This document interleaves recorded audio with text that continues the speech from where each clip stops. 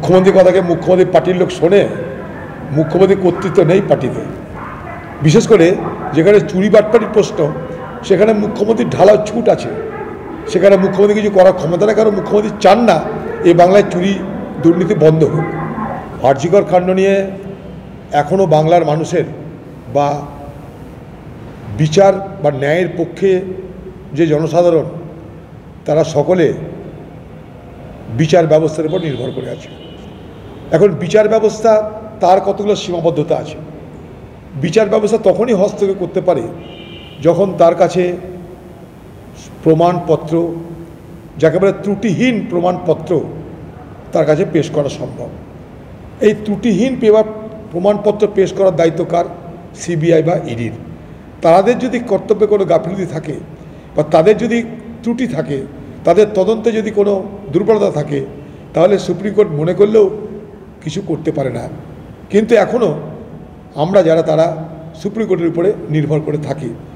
আমরা এটাও জানি যে আরুষি তালোয়ার কাণ্ডে যখন ক্লোজার রিপোর্ট দিয়ে দিল, সিবিআই যখন বলেছিল আর পারবো না, তারপরেও কিন্তু সুপ্রিম কোর্ট হস্তক্ষেপ করে, বিচার ব্যবস্থা হস্তক্ষেপ করে তাদেরকে সাজা দিয়েছিল।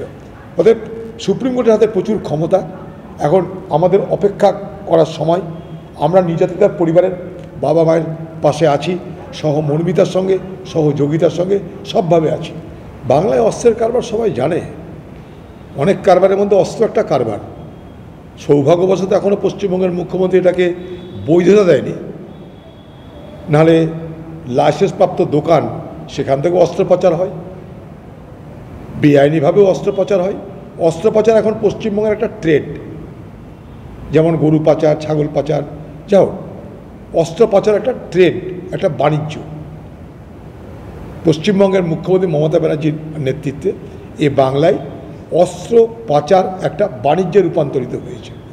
ফুরফুরায় গিয়ে হাওয়া খাবে, ঘুরবে, নওশাদ সিদ্দিকী এবং ফুরফুরা শরীফের যারা মাথা, তাদেরকে ম্যানেজ করার চেষ্টা করবে।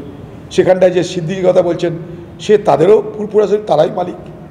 ওখানে আমিও গেছি এর আগে, তোহা সিদ্দিকীর আমন্ত্রণে, উরুসে গেছি এর আগে আমি।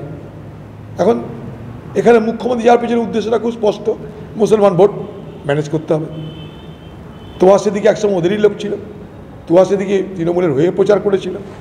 এখন তোহা সিদ্দিকের সেই কদর দিচ্ছে না তৃণমূল।